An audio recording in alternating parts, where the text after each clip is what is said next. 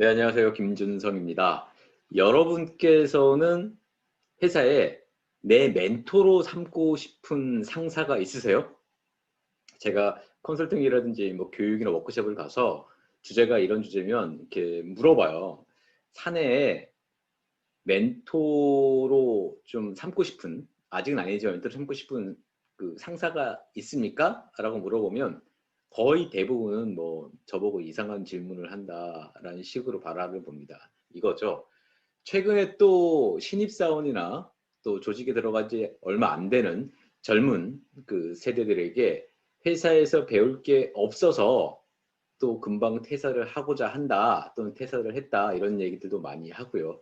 자, 그러면 오늘 이 영상은 직장에 있는 상사 포지션 또는 내가 우리 회사의 팀장은 아니지만 몇 년 후에 팀장으로 갈 것 같다는 중간 관리자, 그리고 심지어는 요즘에 나이가 중요한 게 아니라 능력이잖아요. 능력으로 어떤 팀 매니저를 한다든지 아니면 프로젝트에 PM을 한다든지 이런 경우 있잖아요. 그래서 내가 만약에 팀장이나 작은 조직의 임시라도 리더를 맡게 되면 그 조직을 잘 끌고 가기 위해서 멘토로서의 역할을 해내야 되거든요. 이럴 때 쓸 수 있는 방법 5가지.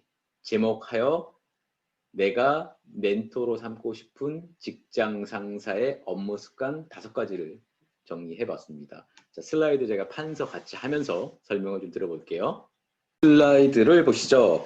멘토로 삼고 싶은 상사 5가지 업무 습관인데, 내가 지금 상사라면 이 방법을 그대로 써보셔도 되고, 내가 아직 상사는 아니야 라고 하시면 아, 저런 사람으로 내가 성장을 해야지 이렇게 여기면 될 것 같습니다. 자, 보실까요? 자, 보시죠. 자, 인터넷에 그림을 가져와서 제가 글을 붙였는데, 니 바보니? 니 바보니? 지금 이분이 이 상사고, 요분이 부하인 것 같아요.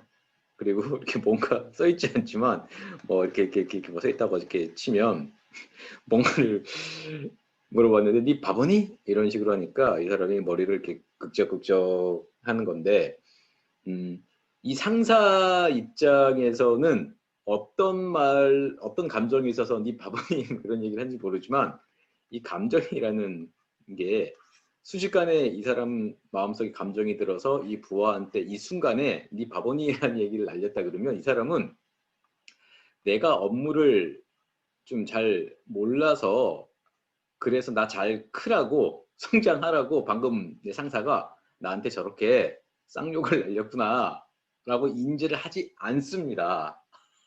사람이잖아요. 그냥 이런 거죠. 뭐 네가 뭔데 나한테 뭐 바보냐 말하고 얘기를 하지? 라고 속으로 생각하겠죠. 이런 과정이 반복이 되면 이 상사하고 여기 있는 부하 간의 관계는 썩 좋아지지 않을 겁니다. 그렇게 되면 부하도 문제고 상사도 피해를 보게 되는 거죠. 자, 그렇다 그러면 이런 사람이 있을 때 어떻게 개선하면 될까? 부하 직원들이 멘토로 싶은 상사는 어떤 자세를 취하면 될까? 쉽진 않은데 제가 5가지로 한번 알려드릴 테니까 따라오세요. 첫 번째, 남을 탓하기 전에 자신을 바꾸려는 생각을 먼저 한다. 남을 탓하기 전에, 야, 이건 공자님이신데, 공자님? 근데 이렇게 보세요. 남을 탓하기 전에 자신을 바꾼다는 소리는 이건 비단 회사 생활에서 상사로서의 역할을 이렇게 지켜라라고 국한되진 않는 것 같아요. 우리도 아이들 키우는 부모 입장에 생각할 수도 있고, 학교에서 누군가를 가르치는 입장일 수도 있고, 또는 그 친구 사이에 내가 선배고 후배 이런 친구 사이에서도 이런 걸, 이 모습을 취하는 게 좋을 것 같습니다. 너 이거 잘못했어, 이거 틀렸거든, 그건 아니야, 이런 식보다는 남을 탓하기 전에 아, 내가 한번 좀 바꿔볼까라는 생각을 먼저 한다는 겁니다. 회사에서도 이런 경우가 많아요. 아까 제가 뭐 니 바보니? 이랬잖아요. 근데 이런 케이스들이 말 단어는 뭐 너 바보냐? 이렇게 심하게 나가진 않겠습니다만, 회의실이던 뭐 업무 지시를 보고를 받던 간에 상사인 나는 나도 모르게 크고 작은 표현으로 부하 직원들을 상당히 좀 주눅들게 합니다. 그 말을 내가 일부러 고의로 뱉은 건 아니지만 업무 지시나 어떤 피드백을 주기 위해서 그렇게 한다는 거죠. 저는 이런 노력을 조금 해봤으면 좋겠어요. 만약에 내가 그런 케이스다라고 하면 누가 나한테 와서 팀장님께서는 또는 뭐 과장님께서는 뭐 매니저님께서는 그런 말버릇이 있는데 좀 고쳐주시죠라고 누구 하나 회사에서 말하지 않습니다. 다만 주위에 많죠. 저 사람 저런 스타일이다. 차라리 그냥 내가 피하는 게 낫지라는 식으로 가는 거죠. 이 말인즉슨 절대 내가 이 상태면 우리 조직 안에서 나를 멘토로 삼고 싶은 사람은 없다라는 겁니다. 그냥 내가 감투를 썼으니까 나한테 와서 뭐 과장님, 대리님, 뭐 매니저님 이런 식으로 하는 거지 실제 롤 모델 멘토로 삼고 싶은 생각이 들지 않는다는 거죠. 그래서 자신의 생각을 먼저 바꾸려는 걸 먼저 해야 된다. 이건 남이 나한테 바꿔라라는 얘기를 듣기 싫은 소리를 하지 않으니 내 스스로 한번 생각을 해봐야 된다는 거죠. 방법으로 보통 뭐 요즘에 코로나라서 뭐 이렇게 어떤 리조트에 가서 워크숍을 하든지 이러지 않잖아요. 근데 나중에 이런 워크숍 같은 걸 가셔서 이렇게 뭐 제가 이 테이블이라 그러면 여기 뭐 김 팀장, 이 팀장, 박 팀장, 누구 있을까요? 황 팀장, 팀장들끼리 각 팀의 팀장님들끼리 다 팀장님입니다. 이 팀장님들끼리 이 워크숍 같은 걸 한번 해보세요. 그리고 이런 상황을 한번 서로 나눠보십시오. 아마 비슷한 케이스일 겁니다. 나도 뭐 홧김에 그렇게 했다라든지 이런 케이스 했을 때 그럼 서로 각 팀장님들이시니까 서로 피드백을 주시는 겁니다. 피드백. 서로 피드백. 예를 들어서 뭐 여기 있는 박 팀장이 김 팀장님한테 주로 표현을 보니까 김 팀장님 팀에서 이런 말이 나오던데 라는 식으로 이렇게 피드백을 주시면서 내가 바꿔야 되는 것들을 한번 뽑아내 보라는 거죠. 좀 복잡하기도 해요. 워크숍 가서 뭐 이런 얘기도 하고 늘라 그러면 외부의 어떤 전문 강사가 투입될 수도 있고 또 그게 아니더라도 또 이렇게 진행하기 쉽진 않은데 확실한 건 내가 뭘 바꿔야 되는지 업무를 하면서 말투는 어떤지 또 내 부하 직원들이 나의 업무 스타일에 대해서 어떤 감정을 가지고 있는지를 알아내기 위해서 그렇습니다. 쓴소리를 나한테 잘 안 해주기 때문에 어쩔 수 없이 울며 계좌 먹기식으로 이런 워크숍 같은 걸 구성을 해서 나와 같은 위치에 있는 팀장들이 서로 피드백을 해주는 그런 방법인 거죠. 두 번째 볼까요? 멘토로 삼고 싶은 상사. 두 번째, 부하 직원과 직접 대화를 자주 하려 한다. 전 이거는 권장드리고 저도 기회가 되면 최대한 이렇게 하려고 노력은 해요. 뭐 쉽진 않습니다만 뭔 소리냐 설명할게요. 부하 직원과 직접입니다. 직접 면대면 그죠? 뭐 커피를 마시든지 차를 마시든지 뭐 하여튼 1대1로 수시로 대화를 자주 하려고 노력을 하십시오. 대화라고 하니까 업무 스타일상 성향상 대화를 자주 안 하시는 그 팀장님이나 관리자님들은 부담으로 느끼시는데 그게 아니에요. 그냥 제가 그림을 잘 못 그립니다. 이렇게 테이블에 사람을 이렇게 앉았다고 치면 앉으면 여기 이렇게 마시는 거 놓고 서로 이렇게 대화를 주고 받는 겁니다. 주제는요 뭐 업무일 수 있고 또 개인적인 취미일 수 있고 이런 것들입니다. 이런 대화를 자주 하려는 건 내가 커뮤니케이션 스킬이 있고 없고를 떠나서 습관입니다. 습관. 그래서 이 습관을 가지시면 이게 어디까지도 효과가 있냐 그러면 연말에 어떤 평가를 하시는 팀이나 조직이 있죠. 연말 평가. 팀장 보고 팀원들 올해 어떻게 평가했는지 뭐 전문용어로 KPI라고 그러는데 이런 것들을 어느 정도 달성을 했는지에 대해서 정성 정량 평가를 해서 몇 월 며칠까지 뭐 인사팀으로 제출하시오 이런 식이죠. 이런 평가를 할 때도 1년 동안 수시로 의도적으로 리더가 부하 직원들한테 다가가서 1대1로 어떤 티타임을 많이 가진 사람과 아닌 사람은 차이가 많이 납니다. 내가 오늘 뭐 최주임하고 만나서 땡땡건에 대해서 얘기해야지 이건 업무적일 수도 있는데 그런 거 말고 가볍게 우리 팀원들과 수시로 그것도 1대 다도 괜찮습니다만 효과가 좋은 건 1대1입니다. 1대1로 직접 대화를 자주 하려 한다. 처음에는 그 대화 주제가 좀 낯설기도 하고 상황 분위기 낯설기도 하실 건데 자주 하다 보면 부드러워지고 지난번에 팀 미팅 할 때 그 주제가 연장선상에 오기도 하고 그렇게 하다 보면 또 서로가 서로 알게 되면 또 기대치 않았던 어떤 또 관계 형성도 높아질 수 있는 효과가 있죠. 그래서 부하 직원과 직접 대화를 많이 시도를 하십시오. 세 번째, 멘토로 되고 싶은 상사. 세 번째, 제일 어려운 거, 솔선수범. 초등학교 때 가장 많이 들었던 단어가 솔선수범이었던 걸 기억하는데 네가 먼저 모범을 보여라. 가장 어려워요. 어려운데 이건 순간순간 그 어떤 본능이 나오는 것 같아요. 본능. 순간순간. 인간은 뭐 부처님이나 예수님이나 하느님이 아니잖아요. 그렇기 때문에 순간 나도 모르게 저거 내 책임 아니야? 저거 내 할 일 아니야? 나 피해보면 안 돼. 이런 식으로 본능적으로 어떤 행동들이 나오는데 그걸 다 뭐 메꿔낼 수는 없잖아요. 완벽하게 할 수는 없지만 어떤 상황에서 그러면 내가 윗사람이니까 내 스스로 한번 내가 조금 시간을 투자해서 희생을 해야 되겠구나. 이런 마인드를 가지시라는 거죠. 그게 매번 그렇게 될 수는 없지만 이렇게 쌓이다 보면 이 부하 직원들이 그걸 내가 인지하지 못한 순간에도 압니다. 저분이 저렇구나. 저분이 이렇구나. 솔선수범하시네. 배워야지. 저분이 과거보다 영업 실적은 많이 떨어지셨지만 이 부분에서는 배울 게 많아. 이런 식으로 많이 된다는 겁니다. 어려운 단어지만 한번 노력을 해보세요. 저도 이렇게 하도록 노력을 하겠습니다. 네 번째, 활기. 활력, 활기차고 파지티브, 긍정적이다. 요건 여러분의 어떤 일상 패턴과도 연결이 될 것 같아요. 영향을 줘요.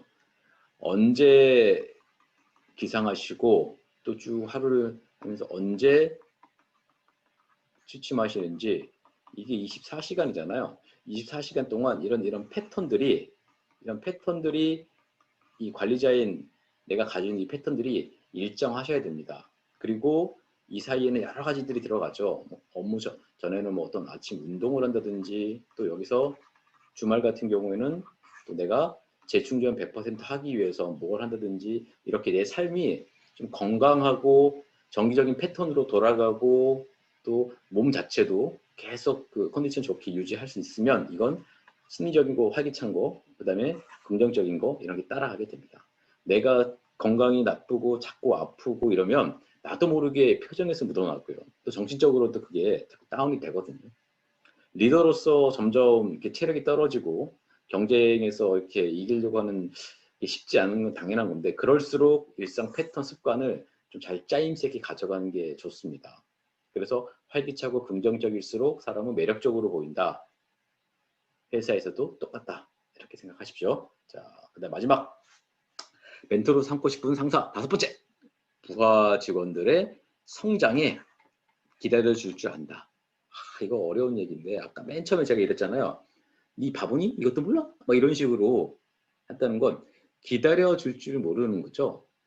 생각을 해보십시오. 우리 회사에 입사해서 우리 팀에서 뭐 신입이지만 이 일을 할 정도가 된다 그러면 이 사람은 나와 똑같은 겁니다. 업무에 익숙하지 않고 내가 20년 동안 이 회사에 있었을 때 사람과 만나는 관계와 다양한 경험들이 없을 뿐이지 그건 앞으로 할 거니까 기다려 줄 줄 알아야 된다는 거죠. 시간,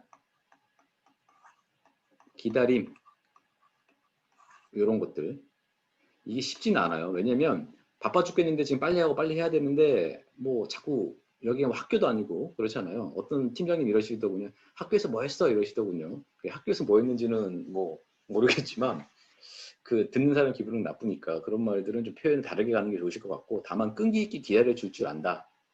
이런 질문도 예전에 제가 교육장에서 어떤 분이 나한테 얘기하셨는데 끈기 있게 기다려 주려고 했더니 화를 돋구더라. 화를 어떻게 하면 좋겠냐. 뭐 이래라 저래라 하지 못해요. 다만 그분 그 화를 돋구는 그 부하 직원을 제가 뵌 적이 없어서 뭐라고 명확하게 얘기는 못 드리겠는데 의도적으로 팀장님이 기다려주고 기회도 주고 뭐 가이드라인을 제시를 해줬는데도 고의적으로 자꾸 그 반대 방향으로 행동을 반복적으로 한다. 그리고 더하기 다른 사람이 보기에 나 말고 다른 사람이 보기에 그 사람이 그렇게 한다라고 하면 그 사람은 사회생활에 상당히 부족한 면을 많이 가지고 있는 분입니다. 그 말인즉슨 팀장님이 그분의 어떤 도덕관이나 어떤 인생관을 고쳐줄 책임은 없는 거예요. 왜냐면 여긴 회사니까. 그죠? 다만 제가 말씀드린 이 5번의 파트는 업무적인 측면입니다. 우리 회사에 입사하기 위해서 그 부하 직원은 나는 내 인생을 최선을 다하고 내가 가진 경험을 이 회사에 쏟아붓겠습니다. 저를 꼭 뽑아주십시오. 열심히 하겠습니다. 라고 면접 때 얘기하고 들어왔기 때문에 그러면 그렇게 각오가 되기 때문에 우리 팀에서 나는 너를 키워줄게 라는 거죠. 어느 측면에서? 그죠? 업무적인 측면에서. 그 업무적인 측면을 소화하기 위해서 밑에 그 사람이 어떤 인생의 태도 내용에 들어가 있겠죠.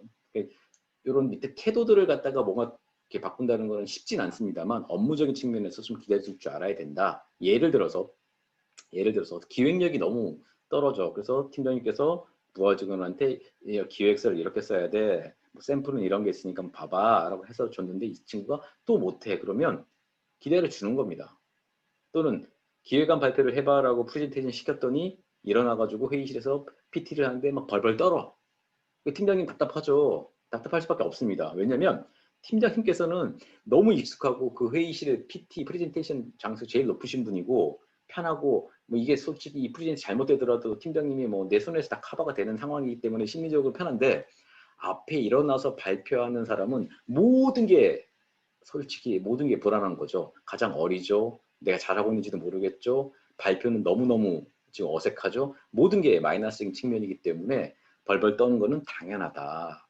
그래서 기다려 줄 줄 알아야 된다. 이때는 꾸지람을 하지 마시고 좀 칭찬도 해주시면서 조금 나아지고 있다는 걸 알려주시면 되겠습니다. 정리를 할게요. 오늘은 멘토로 삼고 싶은 상사 특징 5가지, 업무 습관 5가지 얘기 드렸는데 첫 번째는 남 탓하기 전에 내 자신부터 바꾸려는 노력을 해야 된다. 두 번째, 직접 대화를 많이 해라. 직접 가서 1대1 커피 타임을 많이 가져라. 그리고 솔선수범. 네 번째, 늘 활기차고 긍정적이어야 됩니다. 그러기 하기 위해선 하루 생활 패턴, 기상에서 취침하실 때까지 패턴을 몸적으로, 신체적으로 건강하게, 심리적으로 또 긍정적으로 계속 유지하도록, 의도적으로 유지하도록 노력을 하셔야 된다. 마지막으로는 부하 직원들의 성장을 좀 끈기 있게 기다려 주셔야 된다. 사람이 성장하는 속도 다 다르거든요. 상당히 빨리 뭔가 숫자적으로 빨리 캐치하거나 상황 판단을 빨리 하시는 분이 있는 반면에 그 뒤에 있는 사람도 있습니다. 무능해서가 아니라 스타일이 다른 거죠.